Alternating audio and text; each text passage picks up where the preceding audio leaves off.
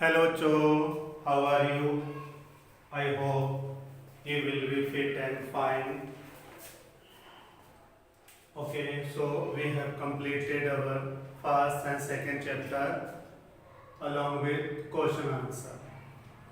Today we are going to start third chapter, metals and non-metals. We have studied in class 9 about electronic configuration. Do you know meaning of electronic configuration?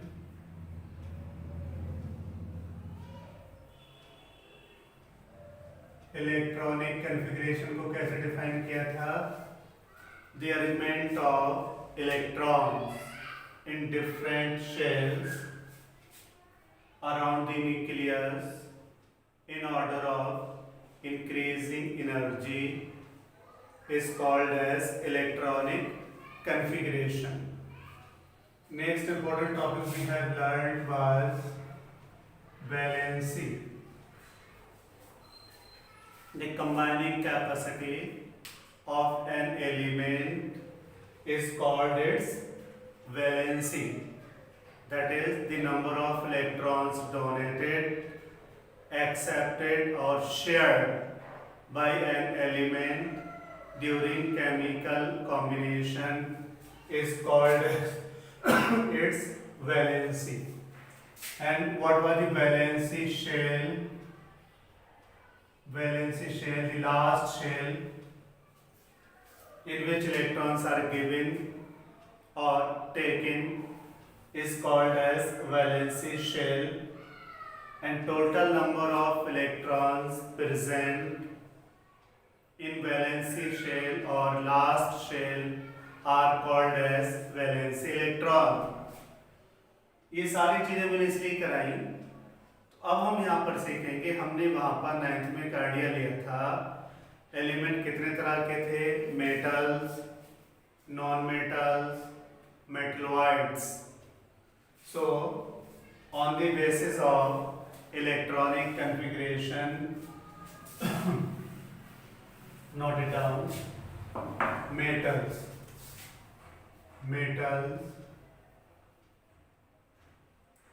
on the basis of electronic configuration, metal may be defined as those elements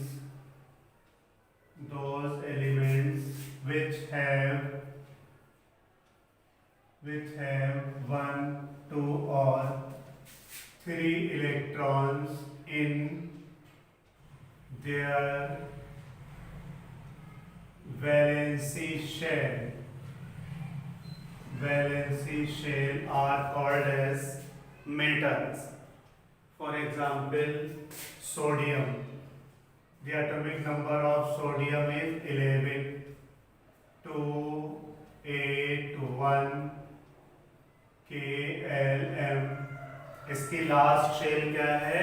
M shell है. Last shell में electron कितने हैं? 1 है. So during chemical combination, it will give 1 electron. Therefore, this is the example of metals. Okay, non-metals किसको कहेंगे? Non-metals are those elements which have 5, 6 or 7 electron in their valency shell. Non-metals are those elements which have 5, 6 or 7 electron in their valency shell are called as non-metals. The most common non-metal is oxygen. Its atomic number is 8. So the electronic configuration will be 2 and 6. Therefore, oxygen is a typical non-metal. क्या role है oxygen का? Oxygen is required for respiration. Then metalloids. Metalloids are those elements which have 4 electrons in their valency shell except carbon. Carbon को non metal माना जाता है जबकि इसके अंदर 4 इलेक्ट्रॉन्स होते हैं, right. So silicon atomic number 14, 2, 8 and 4. तो इसके वैलेंसी शेल में 4 इलेक्ट्रॉन्स हैं, इसलिए क्या कहलाएगी? मेटलॉइड. एक और चीज बची है. 9th में हमने सीखने की कोशिश की थी, each and every element has tendency to have 8 electron in their last shell, that is valency shell. हर एलिमेंट की टेंडेंसी होती है वो अपने आखिरी शेल में 8 इलेक्ट्रॉन पूरे करना चाहता है, और इसको हमने नाम दिया था octet rule. Except neighbouring element of helium, lithium है, हाइड्रोजन है, इनकी टेंडेंसी होगी अपने आखिरी शेल में 2 इलेक्ट्रॉन रखना चाहते हैं, यानी वो अपनी डबलेट पूरी करना चाहते हैं. बाकी एलिमेंट की टेंडेंसी क्या होती है? वो अपने आखिरी शेल में 8 इलेक्ट्रॉन पूरे करना चाहते हैं. तो जिन एलिमेंट के आखिरी शेल में 8 इलेक्ट्रॉन होंगे उनको हम इनर्ट एलिमेंट कहेंगे, इनर्ट गैस कहेंगे, नॉवेल गैस कहेंगे. ये डिटेल जो है हम लोग 5th chapter classification of element में पढ़ेंगे. फर्स्ट करो नियॉन का एटॉमिक नंबर 10 है, तो 2 एंड 8. तो इसकी लास्ट शेल यानी वैलेंसी शेल की ऑक्टेट कंप्लीट है, इसलिए ना तो इलेक्ट्रॉन देगा और ना लेगा. ठीक है. Therefore these elements are inert element. ये कैसे होते हैं? इनर्ट एलिमेंट होते हैं. चलिए एक जीके की बात है, जनरल बात है जिसे हम देखेंगे.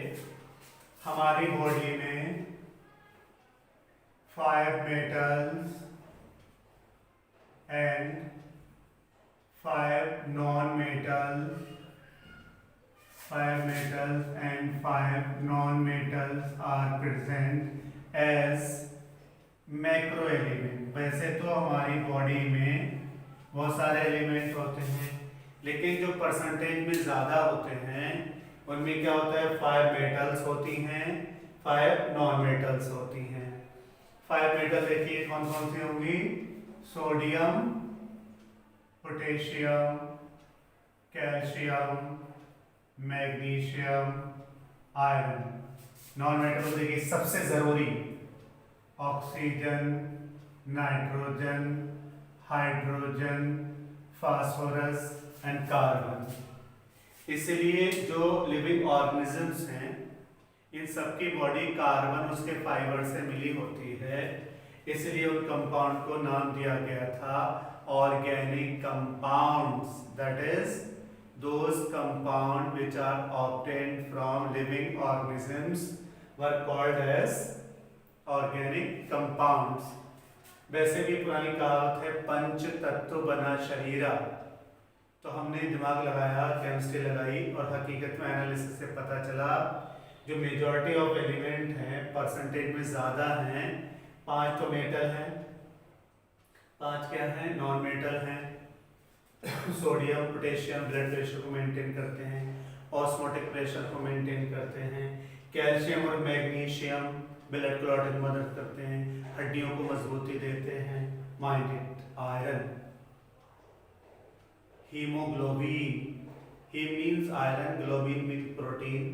हीमोग्लोबिन आयरन की ऐसी प्रोटीन होती है जो ऑक्सीजन को लाने और कार्बन डाइऑक्साइड को बाहर लाने का काम करती है. Can you imagine? अगर हमारी खून जो है, ब्लड है, उसका कलर रेड है due to presence of iron. What about plants? Plants are green due to presence of chlorophyll, and the chlorophyll is the compound of magnesium. Okay, तो इन दोनों एलिमेंट का जिंदा रहने के लिए बहुत बड़ा रोल है। आयरन कहाँ होगा? एनिमल्स में होगा in the form of haemoglobin. अच्छा, कुछ इंसेक्ट होते हैं तो उसमें हीमोसाइनिन होता है, लेकिन वो कंपाउंड किसका होता है? आयरन का ही होता है। सिमिलरली क्लोरोफिल किसका कंपाउंड है? मैग्नीशियम का। क्लोरोफिल क्या करता है? फोटोसिंथेसिस। आयरन क्या करता है? रेस्पिरेशन। चलिए अब बात करते हैं physical properties of metals. Metals are hard and have high tensile strength. Metal क्या होते हैं? बहुत हार्ड होंगे, उनके अंदर टेंसाइल स्ट्रेंथ होगी, यानी प्रेशर को बर्दाश्त कर सकते हैं। पुरानी बिल्डिंग में देखिएगा कि जो डोम शेप बनाते थे वो इसलिए बनाते थे कि वहाँ पर मेटल का यानी स्टील का इस्तेमाल नहीं होता था। स्टील के आने के बाद इसको रीइंफोर्सिंग मटेरियल की तरह इस्तेमाल किया गया, जिससे टेंसाइल स्ट्रेंथ बढ़ गई, है ना। बीच में रॉड डाल देते हैं तो वो कंक्रीट को पकड़े रहती है और उसे टेंसाइल स्ट्रेंथ देती है। तो मेटल्स कैसी होंगी? हार्ड होंगी, उनकी टेंसाइल स्ट्रेंथ होगी। लेकिन सारी मेटल ऐसी नहीं है, कुछ मेटल कैसी होंगी?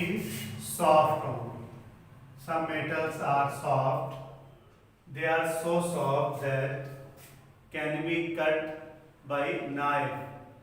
चाकू से इसको काट सकते हैं।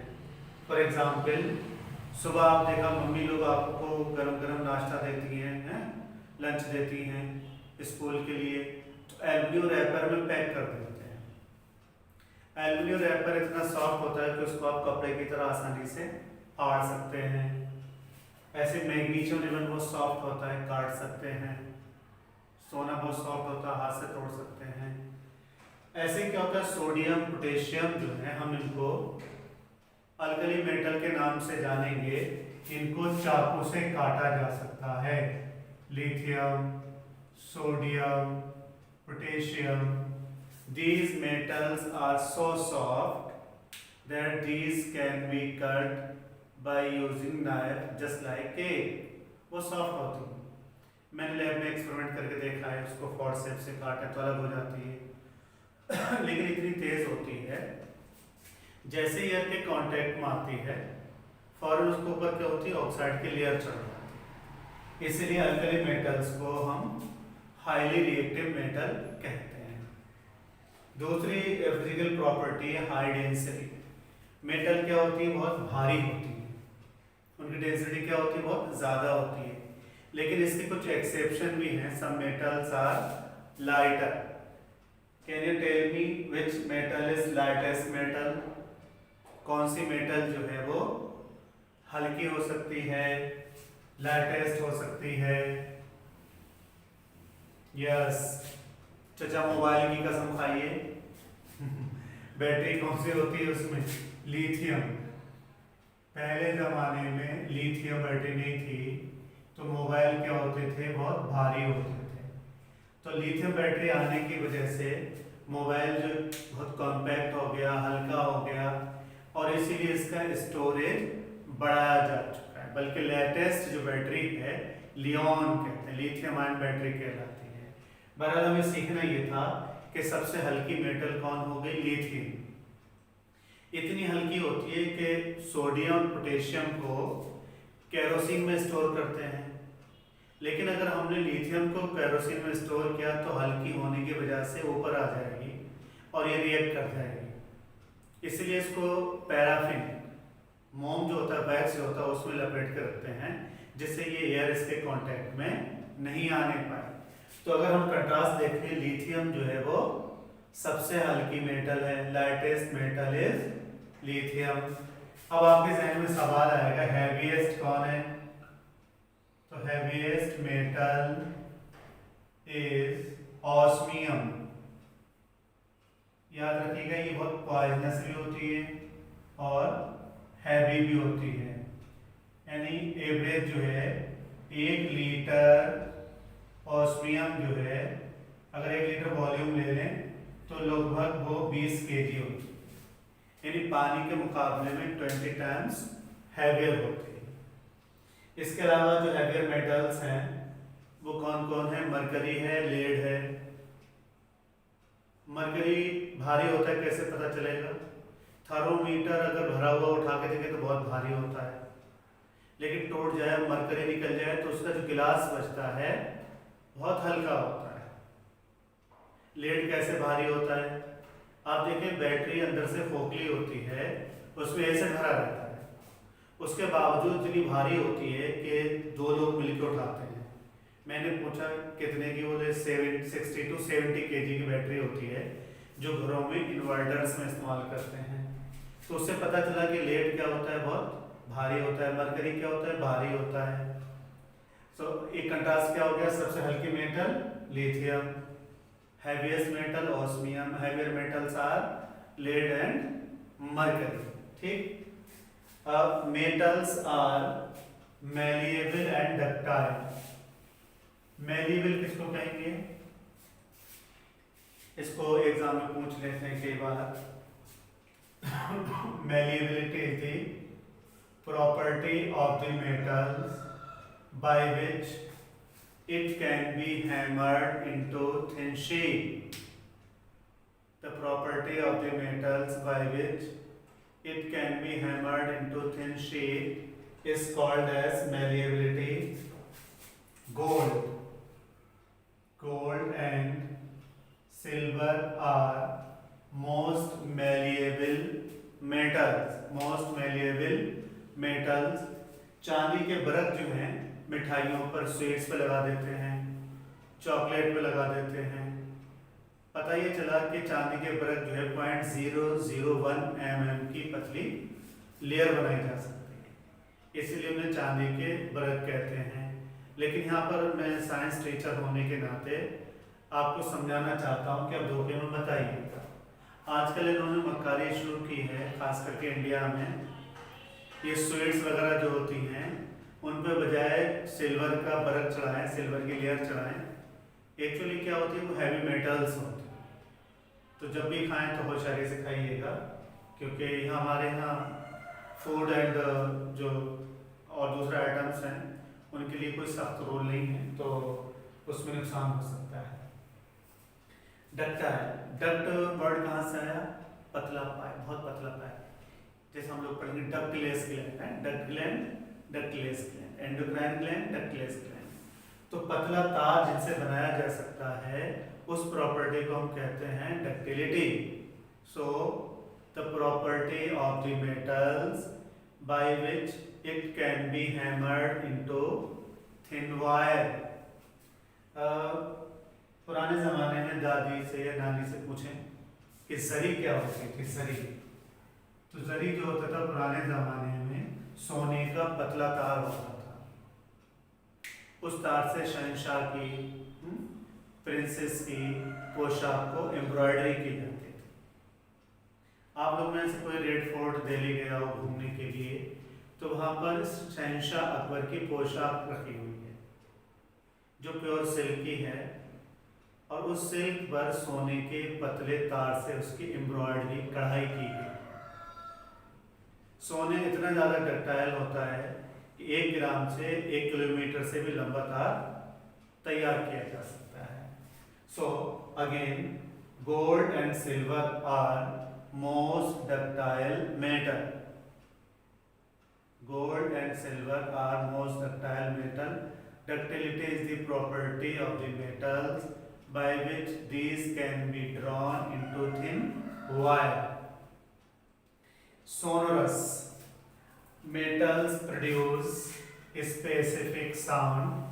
This property is called as sonorous nature. हम सब लोग वाकिफ हैं, मंदिर का घंटा हो, चर्च का घंटा हो, गुरुद्वारे का घंटा हो, या ए.आर. रहमान का इंस्ट्रूमेंट हो, जिसे ऑर्केस्ट्रा कहते हैं, बजाते हैं, तो वहाँ पर क्या होता है? स्पेसिफिक साउंड प्रोड्यूस होती है। स्कूल की घंटी, अब तो खैर इलेक्ट्रॉनिक ज़्यादातर स्कूल में होगी।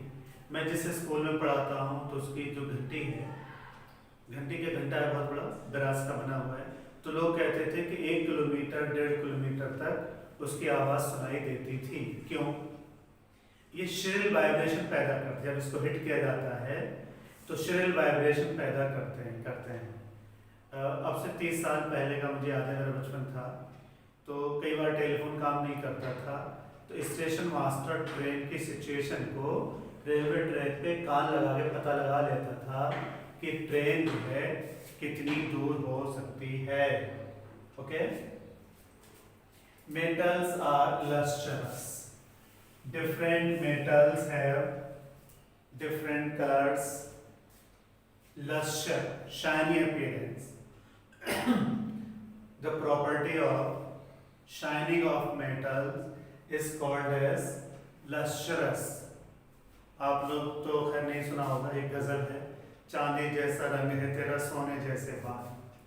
तो चांदी का रंग अपना अलग होगा, सोने का रंग अपना अलग होगा। हम लोग हायर क्लासेस में स्टडी करेंगे। मेटल का जो ये कलर होता है, एक फेनोमेना होती है जिसको फोटो इलेक्ट्रिक इफेक्ट कहते हैं। लाइट जब मेटल सरफेस से आकर टकराती है तो उन इलेक्ट्रॉन्स को एक्साइट कर जाती है, जिससे उसका क्या होता है, खास कलर नजर आएगा। इसीलिए चांदी का, सोने का कलर ऑर्डिनरी सनलाइट में क्लियर दिखाई देगा, अगर रात में दूसरी लाइट में देखेंगे तो दूसरा कलर नजर आएगा। Okay, so this property of the metals by which they can show shiny appearance is called as lustrous, right? Now coming to metals have high melting and boiling point along with some exception. सबसे पहला तो हम ये note करेंगे, exam में बहुत आता है, the metal which is liquid at room temperature, it is mercury. Therefore mercury will have lowest melting and boiling point. कौन सी मेटल हुई? Yes, you are right, mercury, Hg। लेकिन कुछ मेटल्स ऐसे होती है जिनको हाथ पे रख ले तो मेल्ट हो जाती हैं, या हम ये कहें कि जो समर सीजन है, गर्मी के दिन हैं, उन दिनों में तो वो लिक्विड होती है, सर्दियों में क्या होती है, सॉलिड हो जाती है। और ये सवाल बहुत कंपटीशन में आता है, name the metals which become liquid when we place on our palm. तो इसमें जो है सीजियम है, गैलियम है, ये मेटल क्या होती हैं, इनको अगर हम पाम पे रखेंगे तो ये मेल्ट कर जाती है। ठीक है, so these are the metals which become liquid और melt when we placed on our palm. Okay, अब देखिए हाईएस्ट मेल्टिंग पॉइंट किसका होगा? Any idea? You are right, tungsten. जो पुराने वाले बल्ब बनते थे उसमें फिलामेंट लगा रहता था,